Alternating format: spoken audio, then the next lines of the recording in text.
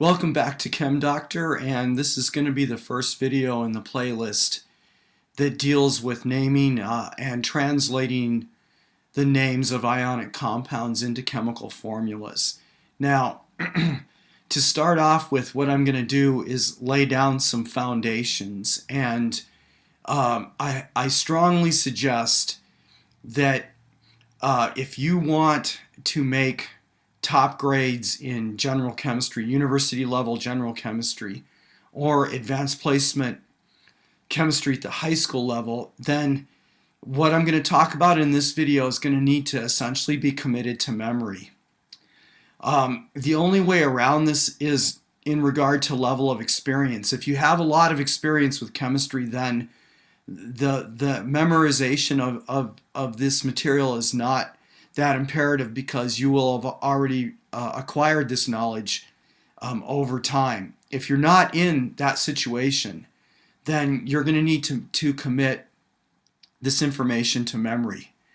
Otherwise, you're going to have a really hard time going forward, because your professor or your teacher is going to be asking you to translate chemical equations from sentences, and you're going to have a lot of difficulty doing that if you can't get the right chemical formulas. All right. Now, the other thing I want to mention before we dive into this is that I have to assume in this video that you understand how ions are formed, that you understand that the metals on the periodic table generally form cations, so they generally lose electrons, and that the nonmetals on the periodic table generally accept electrons and form negatively charged ions. These two phenomena happen in terms of the cations because when a metal loses electrons, now if you look at the relationship between protons and electrons, there are more protons in that atom than there are electrons, so there's going to be a net positive charge on the cation. In the case of the nonmetals, they now carry more electrons than they do protons, and therefore the net charge on the nonmetal is going to be negative. So, in terms of naming, there's two very crucial things that you have to have control of. The first is you must know the elemental ions by heart. So let's start with group 1A. All right, and 1A, and I'm going to leave hydrogen out of this for now. We're just going to focus on the actual metals. So 1A is going to include lithium, sodium, potassium, rubidium, and cesium. Okay, and when these guys ionize, they always ionize to form +1 cations. So I'm going to change the color for the charge. So these guys are all going to be +1. Notice that for group 1A, the charge that they're going to form when they ionize, when they give up an electron, is given by the group number itself. All right, group 2A, which is given by, let's see, beryllium, magnesium, calcium, strontium, and barium. Notice I am leaving some elements out here. They're essentially irrelevant for this issue because they're so rare and they show up in problems so less often. All right, now for group 2A, we have a similar situation that as we did with group 1A, in that the group number gives you the charge. So when a group 2 element undergoes a reaction with a nonmetal on the right side of the periodic table, usually these guys are going to be giving up 2 electrons, and as a result they will have 2 extra protons.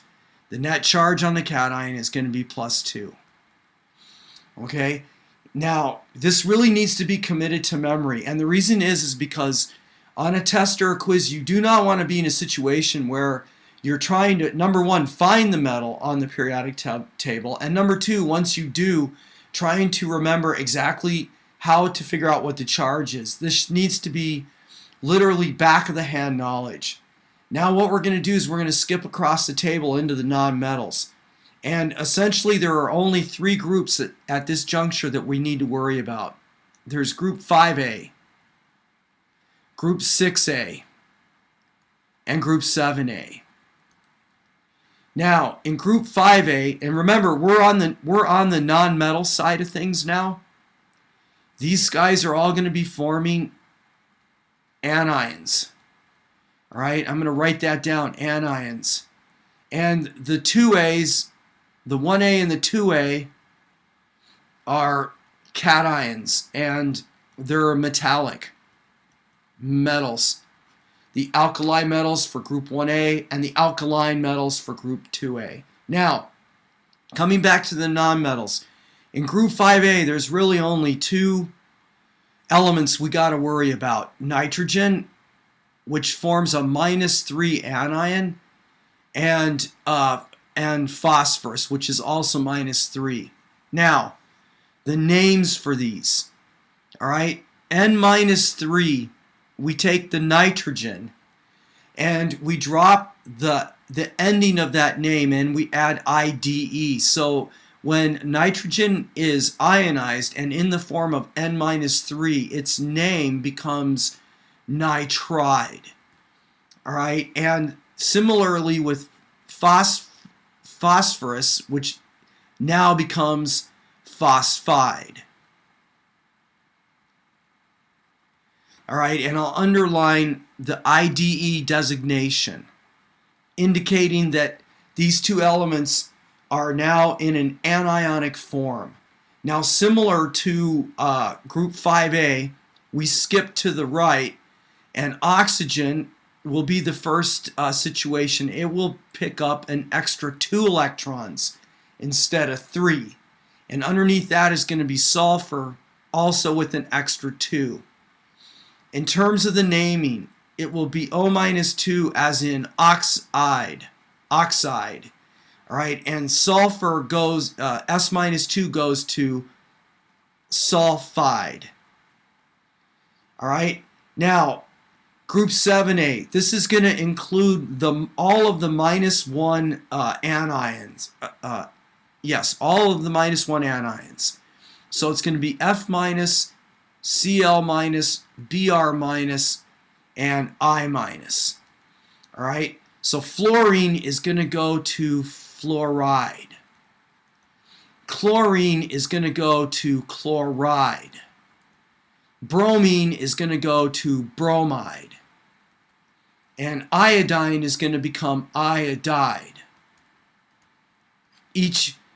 Again, we're adding IDE to indicate the formation of the anion. Now, what you can do to help remember what the charge is going to be on each of these respective anions is to look at the group number and ask yourself a simple question. How many electrons do we need to get from 5 to a completely full outer shell? And the answer will be 3. Because remember, what we're doing as we go from lithium, for example, to fluorine across the periodic table is we're filling energy level 2. And energy level 2 holds a maximum of 8 electrons. Hence, if we look at group 8A for a minute, all right, which contains helium, neon, argon, krypton, and so on down the line. All right, each of these, well, helium, I have to say, only has got a total of 2 electrons. So it's unique in this case. Its outer shell is going to be 1s2. But for all the rest of these guys, its outer shell, like in the case of neon, is going to be 2s2, 2p6, for a total of 8 electrons. So in the case of the anions, what's going on here is the addition of electrons. For example, if we focus on nitride for a minute, which has 3 extra electrons. If you look at its electron configuration under neutral conditions, it's 2s2, 2p3. All right, there's a total of 5 electrons in its outermost shell. This is where the group number comes from, right? This is where the group number comes from. Group number equal to 5 comes from the number of valence electrons in nitrogen's outer shell. Look how many electrons it needs to get to a noble gas configuration. It needs 3 more electrons, which is the reason why when it reacts with a metal that it picks those electrons up, or at least it's one of the reasons. Okay, it's one of the reasons why when this nonmetal reacts with a metal, it picks up 3 electrons, forming N-3, because this outer shell now is going to be full. We get a total of 8 electrons out of it. All right, that's one of the reasons. All right, now with that, I'm going to go ahead and close this video. And remember, you need to know this like the back of your hand.